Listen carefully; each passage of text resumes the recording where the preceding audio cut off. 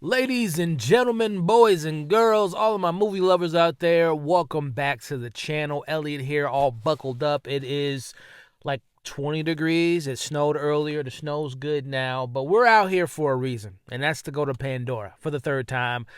I got a chance to see, or I'm getting a chance to see almost 3 weeks early, Avatar Fire and Ash, one of my most anticipated films of this year, which I can't believe it's almost over. Crazy, crazy, crazy. But look, Elliot, do you love the Avatar films? Do you hate them? Are you somewhere in the middle? I love these movies, man. I love Avatar 1 was at 2009.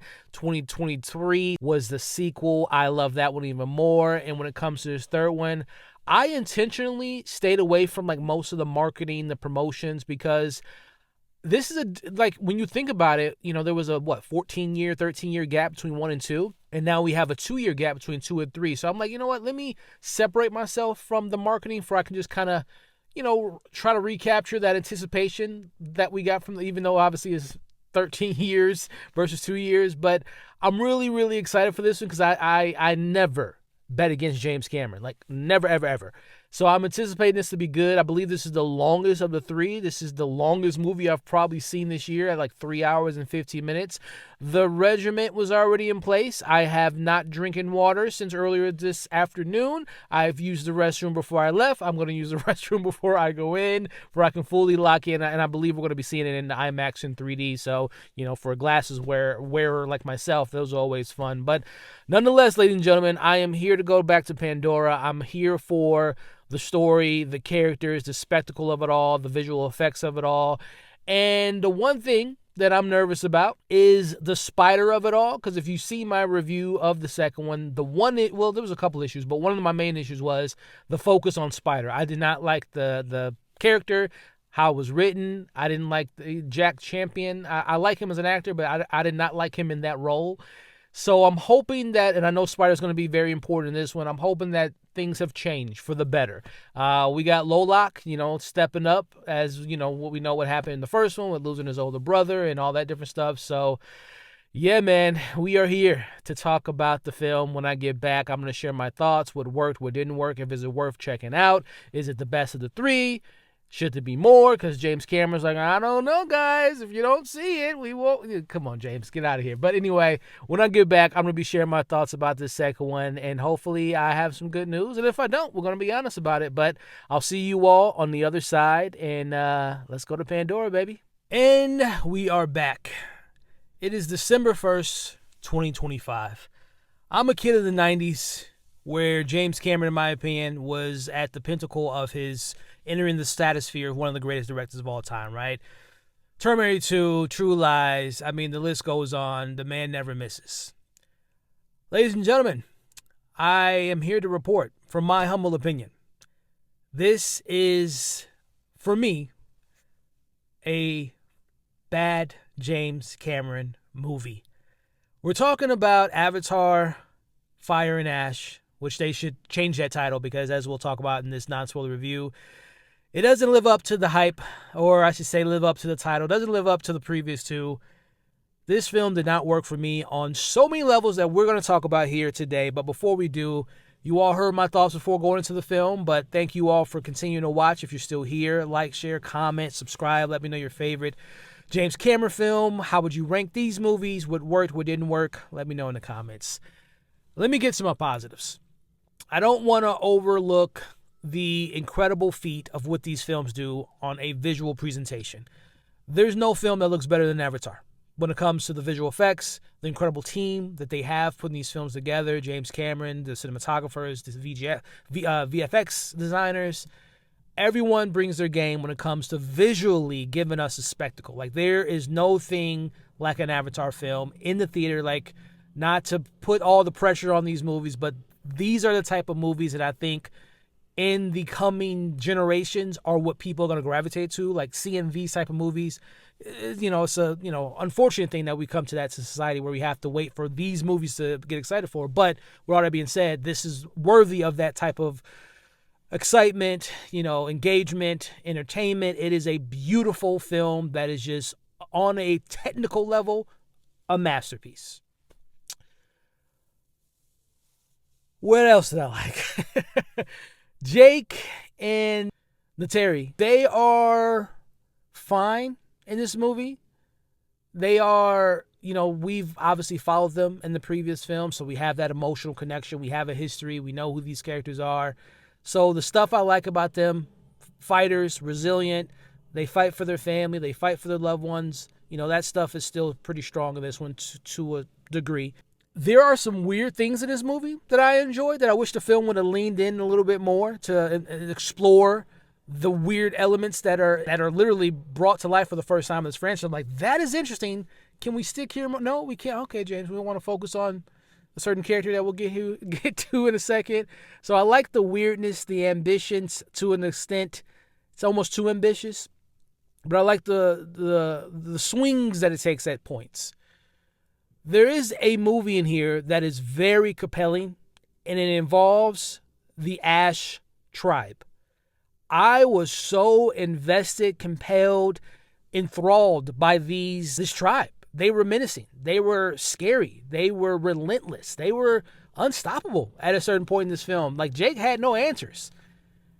They were great. And I can't think of the main character that the fire people follow, but I do know the actress is the same actress that was in Game of Thrones, Robb Stark's wife. I hate to relegate her to like one role, but that's what I know her from.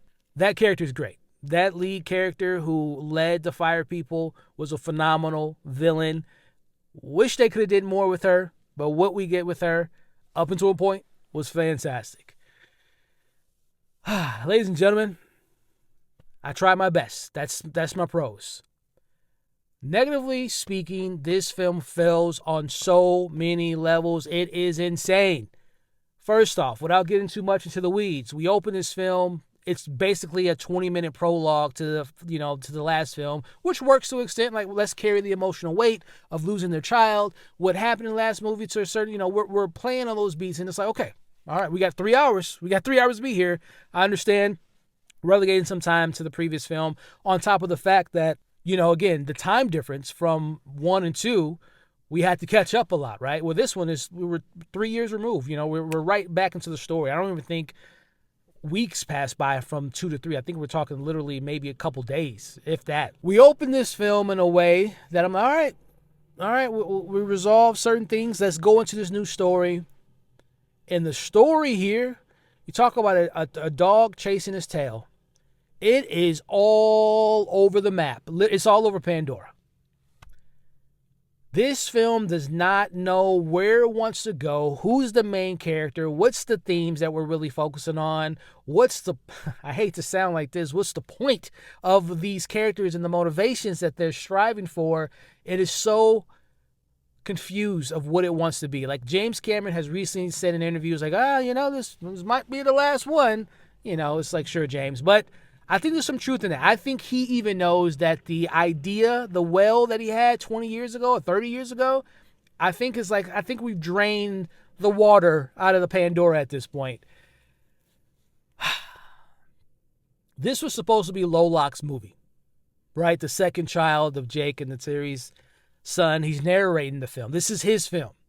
But the film forgets that. My man Lolak is doing something in this film. He has his own side plot that does tie into the overall grand finale of it all, but it feels so distant, so detached. It almost felt like it was in another movie, that it hinders his arc. There's really no arc that he has that wasn't already appearing in the second one. I need to impress my dad. How many times are we going to do this, James? And that's another issue. This is a recycled movie. This is literally The Way of Water 2.0 with a little bit of ash and a little bit of fire, which should have been more involved in the story. This is the same movie that we got 3 years ago, and not in the good way. It takes all the bad things that I didn't like about the second one and injects it in this one tenfold. The Colonel, Stephen Lang's character, we should have killed him in the last one, because what he does in this film, yet again, the same thing. His motivations, the spider of it all, which we'll get to in a second, his involvement with the fire people is so demeaning to the fire people, like how his story overshadows their story and their main objectives and what they're trying to accomplish. It's baffling. Kitty, Sigourney Weaver's character, that's some of the weirdness I was talking about. Where the film goes with her is so unfortunate because there's some interesting things that we can do with the sci-fi elements of it, but the film is just so worried about other things, and it's so bare bone, reduced to the lowest common denominator from storytelling narrative perspective, that it doesn't do anything with it. I want to get to what I hate. Well, I don't want to say hate. I don't hate things. The thing that really destroys this film is the younger story, the young cast that we focus on, and how we, bait and switch and go back and forth from the adult story to the kid story, which is clearly the weakest part of this film. But with that said, if you saw my review for the second one, you're seeing my review now. There's a character in this film by the name of Spider. I shit you not. I think he is the worst written character in modern film history. I am not speaking hyperbole. I am not being facetious. I'm not trying to make a punchline. I'm sorry you guys can hear the snow plows because it is snowing pretty bad. Spider is the worst thing that James Cameron has decided to put in these films. The dialogue, bro, shit, kiss my ass. I can breathe. That's another story. The dialogue is laughable. The performance. Jack Champion, I think his name is. I've seen him in some other things. He was in Scream 6, some other things. He's he's still growing as an actor. He's a young man. I don't want to bash him too much. He's still learning the craft. But I got to call it a spade. He is terrible in this movie. And the fact that this movie spends the first act, the second act, and the whole third act on Spider is mind-boggling. I will never understand why James Cameron did this to inject Spider so heavily. And to be clear, the idea of what Spider can mean to the story and what it represents and what type of possibilities this character means in the grand scheme of Pandora and beyond, I get it. It all boils down to execution. Speaking of execution, they should have executed this character so many times in this goddamn movie. Plot armor, ladies and gentlemen. Plot armor as thick as vibranium. There are not one, not two, multiple, 4, 5, 6 times in this movie where characters that are sworn enemies, they're ops. Like, if I see you, you're dead. No questions asked. There are characters that are put in position to eliminate their op, and the film says, no, we need you for the rest of this film, and then for 4 and 5 and 6, you might look like you're in danger, but don't worry. You're just going to maybe get a bump, a little scratch. That's about it. I'm looking at the Colonel. I'm looking at Spider. I'm looking at Jake. I don't want to spoil this film. I'm almost like on the verge of spoiling it. The fact that certain characters live at as long as they do is baffling, and the film has no balls, no cojones, no, doesn't take the risk. It is such a safe film, James. What are you doing? What are you doing, James? You're not making a good movie. That's what you're doing. I hate to say it, man. I'm a James Cameron fan, but this was a bad movie.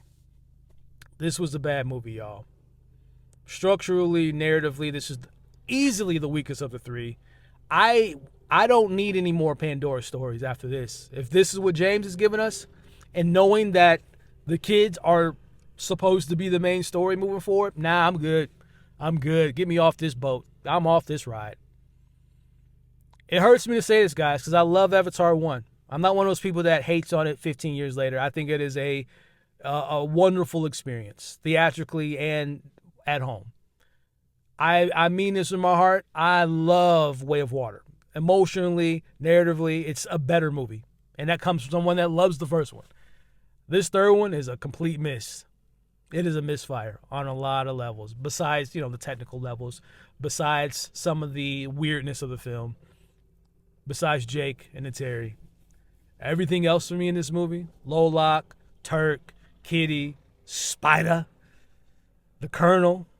Oh, the fire people, the main fire lady, who unfortunately gets completely reduced to just it's embarrassing. The choices. This film could have been so awesome, guys. When you see it, because this movie's going to make money, but when you see it, you know what I mean. I'm pretty confident because I had a conversation with some of my former my fellow critics for about almost 30, 40 minutes, and they were more positive than I was. But even when I was, unless you guys are getting it easy, you're getting the short end of the stick. I was on my high horse about how much I disliked this film. So I say all that to say they liked it more than me, and I can see again the spectacle, the fun, the 3D, IMAX, all that stuff's good. This is a beautiful car. This is that IG model that's gorgeous, 10 out of 10. But when they open their mouth, when you try to get to know the person, you look under that hood, ain't nothing there. Ain't nothing there. This is a shallow, recycled, uninspiring third movie to a wonderful franchise. It hurts me to say that. I'm going to give Avatar Fire and Ash.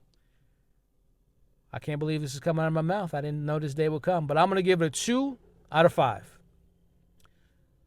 There are things in this movie that worked and could have been so good if it were payoffs and it would focus on things more. But unfortunately, James, you decided to make an AI-generated TikTok character by the name of Spider that ruins this movie, takes me out of this movie, took me out of this movie.